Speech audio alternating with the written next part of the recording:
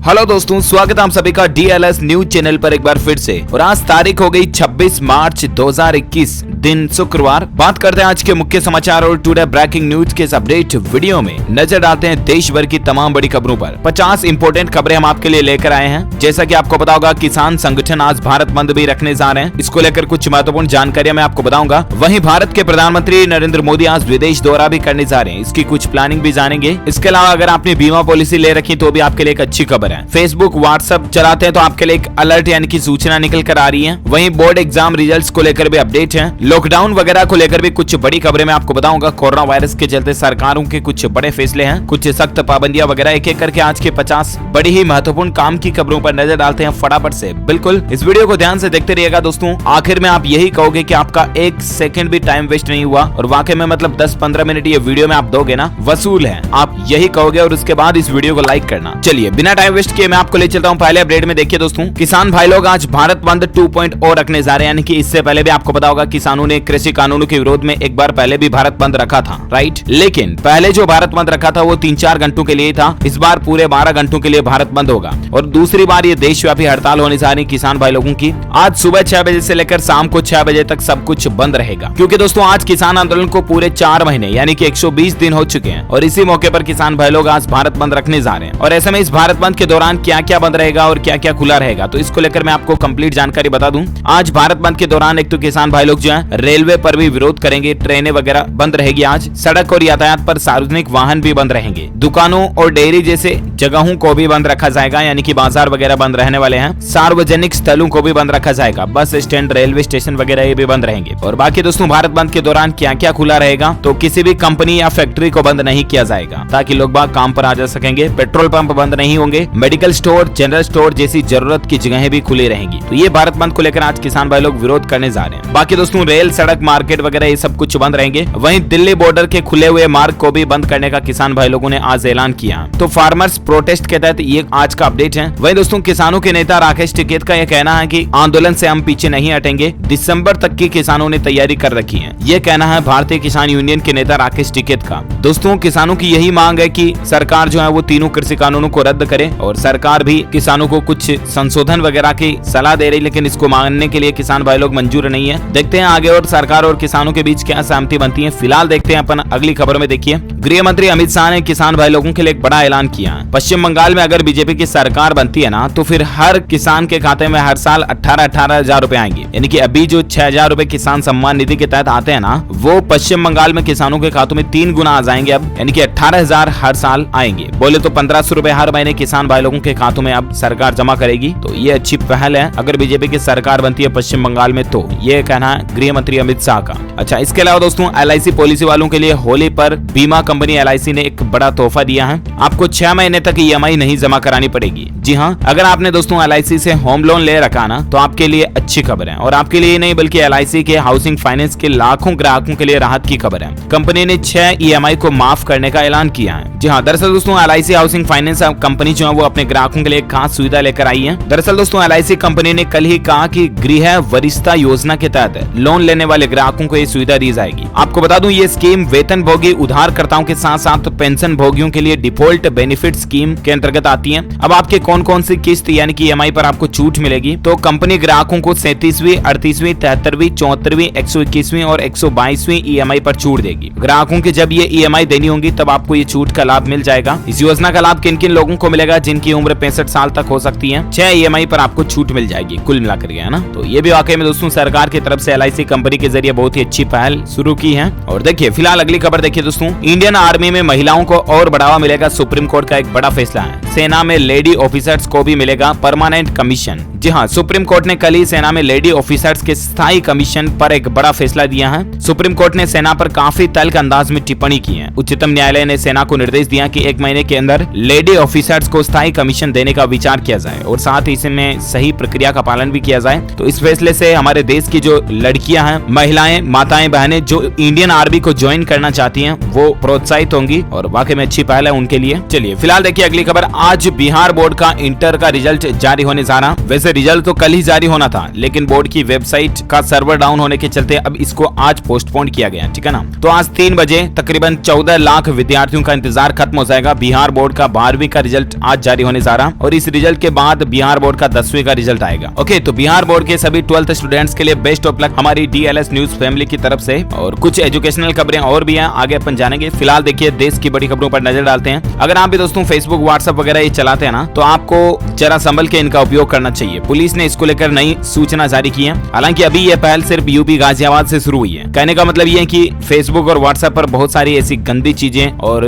आपत्तिजनक कंटेंट जो आता है ना, जिसे कह सकते हैं अपन हिंदी में इल्लीगल कंटेंट, उसको अगर आप फॉरवर्ड करते हो ना किसी को, तो अब आप पर सरकार की प्रशासन के द्वारा नजर रखी जाएगी और आप पर धारा IPC की धारा 505, 153A, 295A और 298 धाराओं के तहत मामला दर्ज करके कार्यवाही भी हो सकती है। तो कहने का मतलब ऐसी कोई अफवाह हो गया या रूमर्स, गुमराह करने वाला कंटेंट हो गया है, ऐसा कोई गंदा कंटेंट, आपत्तिजनक कंटेंट किसी को भी फॉरवर्ड ना करें, ठीक है ना। आपको आ भी गया तो आप चुपके से देख के डिलीट कर दें। सॉरी, कहने का मतलब चुपके से डिलीट कर दें, है ना। और देखिए फिलहाल अगली खबर दोस्तों, इस महीने के बाद यानी कि अगले महीने की पहली तारीख से 1 अप्रैल से हीरो कंपनी का यह कहना है कि उसकी 2 व्हीलर गाड़ियां जो है वो महंगी हो जाएगी। तो कहने का मतलब अगर आप भी हीरो की बाइक वगैरह खरीदने की प्लानिंग बना रहे हैं ना दोस्तों, तो आप 1 अप्रैल से पहले ही खरीद लो ना। 3-4 दिन 5 दिन बाकी है अभी तक, तो बाकी फिर आपको 2500 रुपए लगभग ज्यादा देने पड़ेंगे। अच्छा, हीरो के अलावा देखिए अप्रैल से मारुति सुजुकी की कारें भी महंगी होने जा रही हैं। कंपनी का कहना दोस्तों कुल मिलाकर के स्टील वगैरह और मटेरियल में महंगाई की बढ़ोतरी के चलते कंपनियां जो ये प्राइस बढ़ा रही हैं। अच्छा, अगली खबर देखिए, सरकार ने इथेनॉल को घोषित किया स्टैंड अलोन फ्यूल। इससे तेल कंपनियों को सीधे E100 बेचने की मंजूरी मिल चुकी है। दरअसल महंगे पेट्रोल डीजल खरीद रहे लोगों को थोड़ी राहत मिलने वाली है, क्योंकि सरकार ने इथेनॉल को स्टैंड अलोन फ्यूल के रूप में इस्तेमाल के लिए मंजूरी दे दी है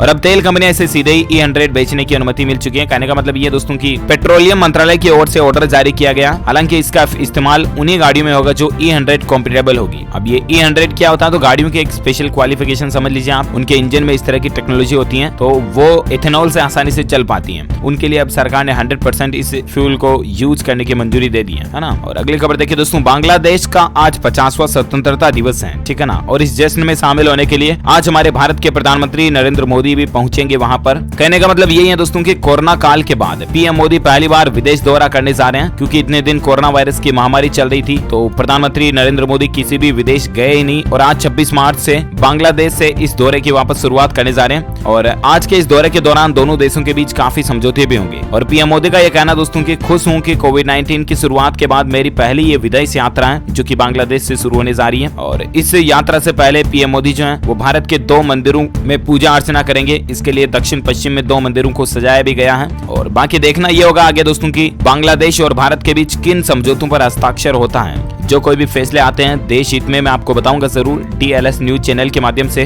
तो इसके लिए आप एक काम करो ना यार दोस्तों, रोजाना की ताजा खबरें और मुख्य समाचार तुरंत आप अपने मोबाइल पर अगर देखना चाहते हैं ना, तो इस वीडियो के नीचे आपको एक लाल कलर का बटन दिख रहा होगा, उसको दबा करके सिंपली चैनल को सब्सक्राइब कर लो, ठीक है ना। और पास में आपको मिल जाएगा एक घंटे का आइकन, उसको भी दबा देना। इससे होगा ये कि आप रोजाना की ताजा खबरें और मुख्य समाचार तुरंत अपने मोबाइल पर देख पाओगे। ओके, और फिलहाल अपन आगे बढ़ते हैं अगली खबर में। देखिए हम सभी भारतीयों के लिए बड़ी ही अच्छी खबर आ रही है दोस्तों। एक सर्वे में इस बात का पता चला कि कंपनियों में हायरिंग बढ़ेगी, यानी कि एटलीस्ट इंडिया के जो बेरोजगार युवा हैं, अनएम्प्लॉयड लोगों को रोजगार मिलेगा। कंपनियों का कहना दोस्तों कि 51% कंपनियों ने भर्ती का इरादा जताया है। IT रोल के लिए सबसे ज्यादा नौकरियां आ सकती हैं और 15% से ज्यादा कंपनियां इंक्रीमेंट भी दे सकती हैं, क्योंकि दोस्तों कोरोना काल के दौरान कई लोग बेरोजगार हो गए, कई लोगों की नौकरियां चली गई। तो ऐसे में अब ये सर्वे, ये रिपोर्ट का आना वाकई में एक राहत की बात है। इसके अलावा भारत के लिए और एक अच्छी खबर देखिए, फिच की रिपोर्ट में इस बात का भी दावा किया जा रहा है कि साल 2021-22 में दुनिया को पीछे छोड़ देगी भारत की अर्थव्यवस्था, यानी कि भारत की इकोनॉमी को लेकर बहुत ही अच्छी खबर आ रही है। ग्लोबल रेटिंग एजेंसी फिच ने दावा किया है कि साल 2021-22 के वित्त वर्ष में भारत की अर्थव्यवस्था सबसे तेजी से आगे बढ़ेगी और दुनिया के दूसरे देशों की इकोनॉमी को भी पीछे छोड़ देगी, क्योंकि दोस्तों कोरोना काल के बाद रिकवरी में इंडिया बहुत ज्यादा आगे चल रहा है। अमेरिका वगैरह भले ही दुनिया के सबसे शक्तिशाली देश हैं, लेकिन वहां पर भी कोरोना का मामले अभी भी ज्यादा गंभीर चल रहे हैं। हालांकि भारत में भी पिछले कुछ दिनों से कोरोना ज्यादा बढ़ रहा है, लेकिन फिर भी ऑल ओवर देखा जाए तो कोरोना काल के बाद भारत जो है ना वो सबसे ज्यादा रिकवरी की ओर जा रहा। तो ये हम सभी भारतीयों के लिए राहत की बात है, लेकिन इसका मतलब ये बिल्कुल भी नहीं कि आप लापरवाही करना शुरू कर दो, समझ रहे हो ना। कोरोना को लेकर कुछ सख्त लॉकडाउन वगैरह की खबरें मैं आपको आगे बताता हूँ। फिलहाल अपन कुछ और खबरें जान लेते हैं, जैसे मौसम समाचार, सोना चांदी के भाव वगैरह। तो देखिए फिलहाल अगली खबर कि कोरोना की जो अभी वैक्सीनेशन चल रही है ना, टीकाकरण, उससे अर्थव्यवस्था को भी तेजी की डोज मिलेगी। अगले साल देश की जीडीपी में 12.8% ग्रोथ की उम्मीद है। मतलब भारत की अर्थव्यवस्था को लेकर उस सर्वे में भी एक अच्छी बात आई। और अब देखिए फिच रेटिंग्स की राय का यही कहना दोस्तों की 2021 की शुरुआत से ही भारत में आर्थिक गतिविधियां बढ़ रही हैं और एटलीस्ट अगले साल की जीडीपी में 12.8% की ग्रोथ हो सकती है। तो ये अच्छी बात है। और अगली खबर में देखिए मौसम समाचार को लेकर अपडेट है। होली से पहले बदला मौसम का मिजाज और कई राज्यों में बारिश के आसार नजर आ रहे हैं। 28 और 29 को होली है, इससे पहले 2-3 दिन भारी बारिश हो सकती है। कौन कौन से राज्यों में बारिश की चेतावनी है? तो देखिए दोस्तों, मध्य और पश्चिम भारत के कई हिस्सों में तेज बारिश की संभावना है और बाकी अप्रैल के महीने से गर्मी अपना कहर बरपाना शुरू हो जाएगी। गर्मी को लेकर तो एक गंभीर खबर मैं आपको बताता हूँ, लेकिन इससे पहले ये जान लीजिए आप कि संपूर्ण भारत का आज 26 मार्च 2021 का मौसम पूर्वानुमान आखिर क्या कहता है ना। तो देखिए अगले 24 घंटों के दौरान देश के ज्यादातर इलाकों में मौसम भले ही साफ रहेगा, लेकिन पश्चिम बंगाल, हिमालय, पूर्वी असम, अरुणाचल प्रदेश, लक्षद्वीप, केरल, अंडमान निकोबार द्वीप समूह में कुछ जगहों पर गरज के साथ बारिश हो सकती है। इसके अलावा कोंकण, गोवा, गुजरात के सौराष्ट्र, उड़ीसा में भी कुछ जगहों पर बारिश देखने को मिल सकती है। बाकी जगहों पर मौसम शुष्क रहेगा। ओके, तो ये तो रहा वेदर अलर्ट। वही दोस्तों मौसम को लेकर एक चेतावनी आ रही है। देखिए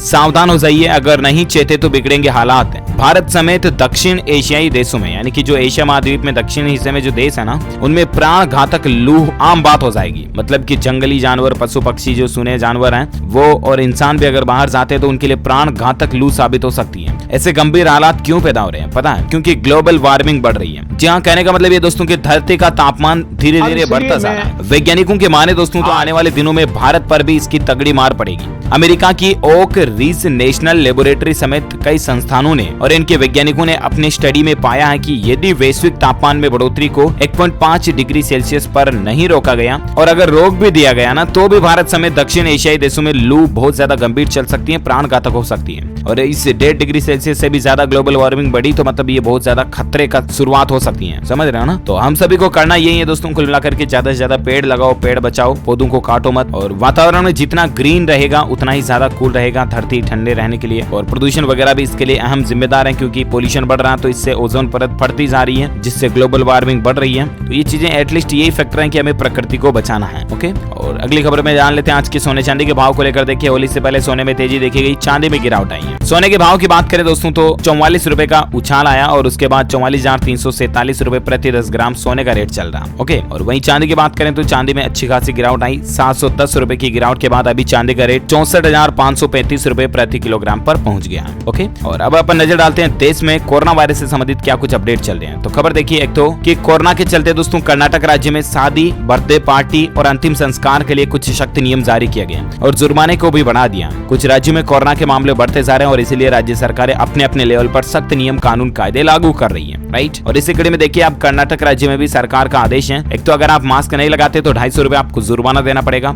शादी में 200 से ज्यादा मेहमान नहीं होने चाहिए। बंद जगह पर खुले में 500 तक शामिल हो सकते हैं। बर्थडे पार्टी में अधिकतम 100 लोग और बाकी बंद जगहों पर 50 लोगों की ही इजाजत होगी। अंतिम संस्कार में खुले में 100 लोग जा सकते हैं। बाकी कब्रिस्तान, शमशान घाट वगैरह यहाँ पर 50 लोगों की ही लिमिट रहेगी। 50 से ज्यादा लोग नहीं जा पाएंगे। एसी वाले पार्टी हॉल और शॉपिंग मॉल्स में कोरोना नियम अगर तोड़ते हैं तो 10,000 रुपए सीधा जुर्माना देना पड़ेगा। नॉन एसी वाली जगहों पर 5,000 रुपए जुर्माना लगेगा। तो ये कर्नाटक राज्य में कुछ सख्त कानून लागू हुए हैं। ओके, और इसके अलावा खबर देखिए दोस्तों कोरोना पर अगला अपडेट है कि कोरोना को लेकर एक डराने वाला दावा आ रहा है। भारत में 15 फरवरी से दूसरी लहर शुरू हुई कोरोना की और अप्रैल मई तक कोरोना का पीक आएगा। इस दौरान 25 लाख केस भी आ सकते हैं। जी हाँ, एक चौंकाने वाली रिपोर्ट दोस्तों एसबीआई यानी कि भारतीय स्टेट बैंक की रिसर्च टीम के द्वारा ये रिपोर्ट सामने आई है।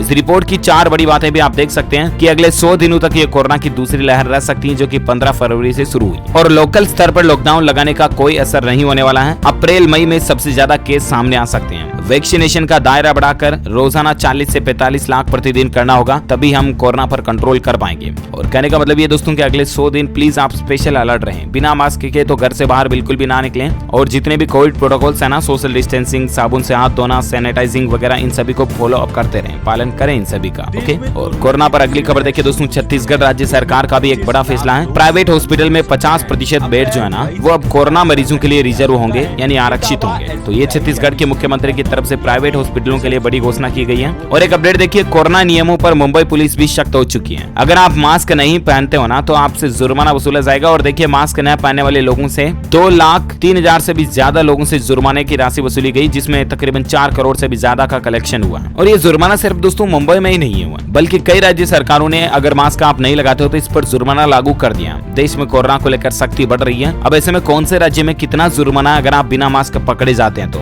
इसको लेकर कुछ इन्फॉर्मेशन मैं आपको फटाफट से देना चाहूंगा। अच्छा, तो देखिए दोस्तों, दिल्ली में अगर आप बिना मास्क पकड़े जाते हैं तो 200 रुपए का जुर्माना का प्रावधान है, ठीक है ना, मेट्रो वगैरह में। बिहार राज्य में बिना मास्क घूमने पर 50 रुपए का जुर्माना। कर्नाटक राज्य में बिना मास्क घूमने पर 250 रुपए जुर्माने की घोषणा कर दी है, जैसा कि मैंने आपको बताया। मध्य प्रदेश में बिना मास्क पर 200 रुपए का जुर्माना। पंजाब में बिना मास्क पर 1000 रुपए का जुर्माने का प्रावधान है। झारखंड राज्य में बिना मास्क पर 500 रुपए का जुर्माना। महाराष्ट्र राज्य में बिना मास्क पकड़े जाते हैं तो भी आपसे कुछ जुर्माना वसूला जा सकता है, क्योंकि बिना मास्क घूमने वालों से तकरीबन 40 करोड़ रुपए वसूले हैं। महाराष्ट्र में तो 20 लाख लोगों से, तो जरा सोचिए, आपसे भी जरूर जुर्माना लिया जाएगा। तो ये कुछ राज्यों को लेकर अपडेट है। ओके, और बाकी भारत में कोरोना के ताजा आंकड़ों की बात करें तो बहुत गंभीर मामले बढ़ रहे हैं। देखिए दोस्तों, पिछले 24 घंटों के दौरान 59,000 से भी ज्यादा 60,000 के लगभग मामले देखे गए कोरोना के नए 24 घंटों के दौरान, है ना, मतलब डराने वाली बात। और उसके बाद देखिए, अभी भारत में कुल संक्रमितों की संख्या जो है वो हो चुकी है 1,18,46,000 से भी ज्यादा, ठीक है ना, जिसमें से एक्टिव केस की संख्या भी 4,17,000 तक पहुंच चुकी है।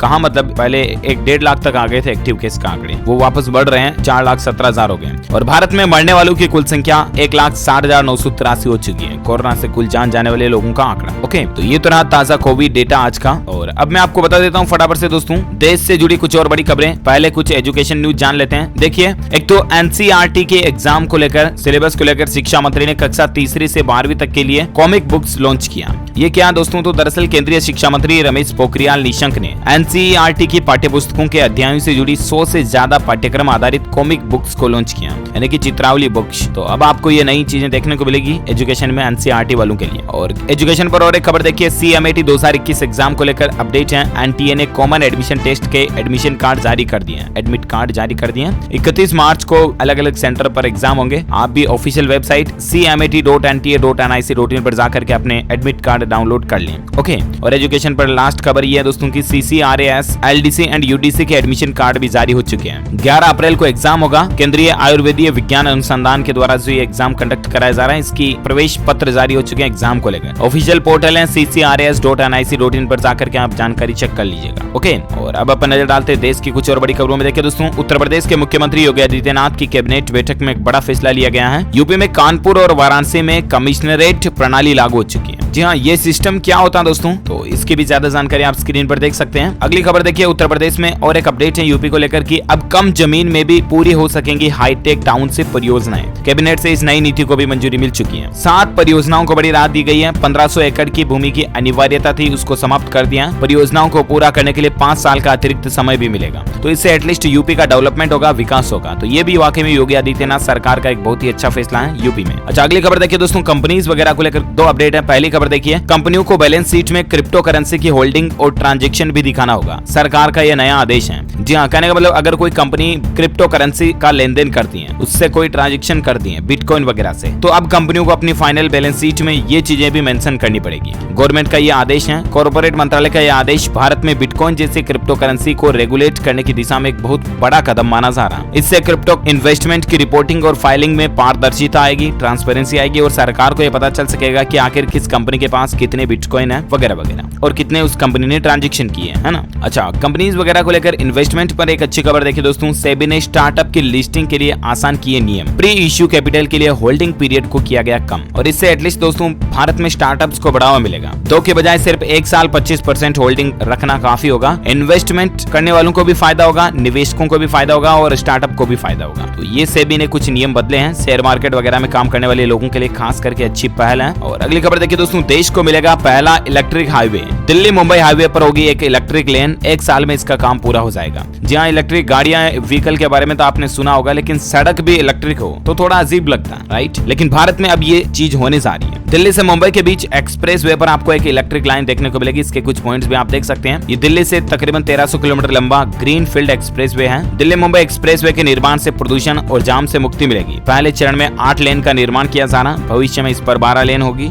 एक्सप्रेस वे के निर्माण से मात्र 12 घंटे में कार से भी आप दिल्ली से मुंबई पहुंच पाएंगे। तो अच्छी बात है देश के विकास को लेकर। और अगली खबर देखिए दोस्तों, साइंस विज्ञान की दुनिया में एक नया चमत्कार देखने को मिलने जा रहा। अंतरिक्ष में उगाई जा सकेंगी सब्जियां। अंतर्राष्ट्रीय अंतरिक्ष स्पेस स्टेशन पर 2 नए बैक्टीरियल स्ट्रेन मिले हैं और इसके बाद अब अंतरिक्ष में जीव को उगाना, पेड़ पौधों को उगाना आसान हो जाएगा। हाल ही में ये बात यूनिवर्सिटी ऑफ हैदराबाद और अमेरिका की अंतरिक्ष एजेंसी नासा के द्वारा पता चली है। अच्छी पहल है। और अगली खबर देखिए, आपको यमुना एक्सप्रेसवे पर अब वाहनों को इस टोल प्लाजा पर नहीं देना होगा टोल। तो दरअसल जेवर टोल प्लाजा पर अब आपको टोल टैक्स नहीं देना पड़ेगा, ठीक है ना। और अगली खबर देखिए दोस्तों, किसानों के लिए एक बुरी खबर है। 1 अप्रैल से ई स्कोर्ट्स कंपनी जो है वो अपने ट्रैक्टर को महंगा करने जा रही है, रेटों में बढ़ोतरी कर देगी। अच्छा, साथ ही अगला अपडेट देखिए, बंगाल और असम में पहले चरण के लिए प्रचार थम चुका है। 27 मार्च को यानी कि कल यहाँ पर वोटिंग होगी, मतदान होंगे। और देखते हैं दोस्तों कि आखिर कौन सी राजनीतिक पार्टी इस चुनाव में जीत हासिल कर पाती है। मैं आपको चुनाव रिजल्ट लाइव अपडेट भी बताऊंगा जरूर DLS न्यूज पर। फिलहाल आप देखिए अगली खबर, 1 अप्रैल से आपका हवाई सफर भी महंगा हो जाएगा क्योंकि एविएशन सिक्योरिटी फीस अलग से लगेगी अब। और किराए पर तकरीबन 5% बढ़ोतरी हो जाएगी, आपकी हवाई यात्रा थोड़ी महंगी होगी। और बाकी दोस्तों हवाई यात्रा को लेकर और एक खबर ये भी है कि लॉकडाउन के दौरान अगर आपने कोई एरोप्लेन का टिकट बुक कराया था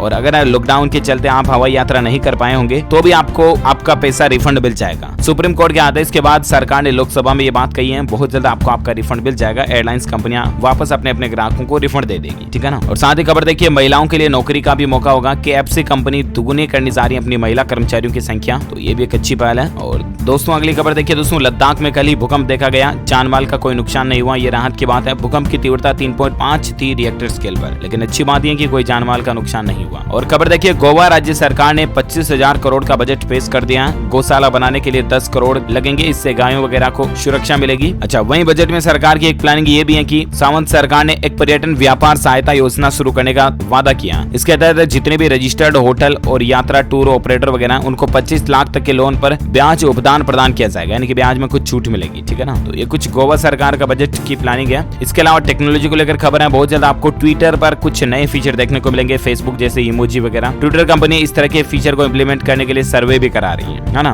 ओके दोस्तों, तो इस कड़ी में आज दिन भर की तमाम बड़ी खबरें, मुख्य समाचार, टुडे ब्रेकिंग न्यूज का वीडियो यही खत्म होता है। अगर आपने इस वीडियो को पूरा देखा होगा तो मैंने आपको शुरू में ही कहा था ना कि ये जो 15-20 मिनट जो भी लगेंगे वो वसूल है। अब आपको क्या फील आ रहा है? वाकई में हर एक काम की जानकारी बताई ना, 1 सेकंड भी आपका टाइम वेस्ट किया क्या? नहीं ना। तो अब तो दिल से लाइक करना बनता है यार। इतनी मेहनत लगती है दोस्तों इस वीडियो को बनाने में, काफी घंटे खर्च होते हैं और काफी लोगों की टीम इस वीडियो के पीछे काम करती है और आपसे सिर्फ एक ही चीज मांगती है, एक लाइक। बस एक लाइक कर दीजिए फटाफट से इस वीडियो पर और शेयर भी करना अपने दोस्तों के साथ फेसबुक और व्हाट्सएप पर। ओके, और जैसा कि मैंने आपको कहा था, इस चैनल को लाल बटन दबाकर सब्सक्राइब कर लेना और पास में घंटी का बटन बन के आएगा, उसको भी दबा दीजिए। इससे होगा कि रोजाना की ताजा खबरें आप तुरंत अपने मोबाइल पर देख पाओगे। और सब्सक्राइब करने के बाद पता है क्या होगा? आप हमारी DLS न्यूज फैमिली का, कम्युनिटी का एक हिस्सा बन जाओगे, मेंबर बन जाओगे, जो कि वाकई में एक दमदार बात होगी। और वैसे आप मुझे नीचे कमेंट करके जरूर बताएगा दोस्तों कि आप कौन से राज्य में रहते हैं, ताकि पर्टिकुलर मैं आपके राज्य के समाचार और आपके राज्य की नई स्कीमें, नई योजनाओं के बारे में भी आपके मोबाइल तक नया वीडियो पहुंचा पाऊंगा। इसलिए कमेंट में बताइए मुझे आप कौन से राज्य में रहते हैं। इस वीडियो को लाइक और शेयर जरूर कीजिएगा। Thank you, take care, goodbye, जय हिंद, जय भारत, वंदे मातरम।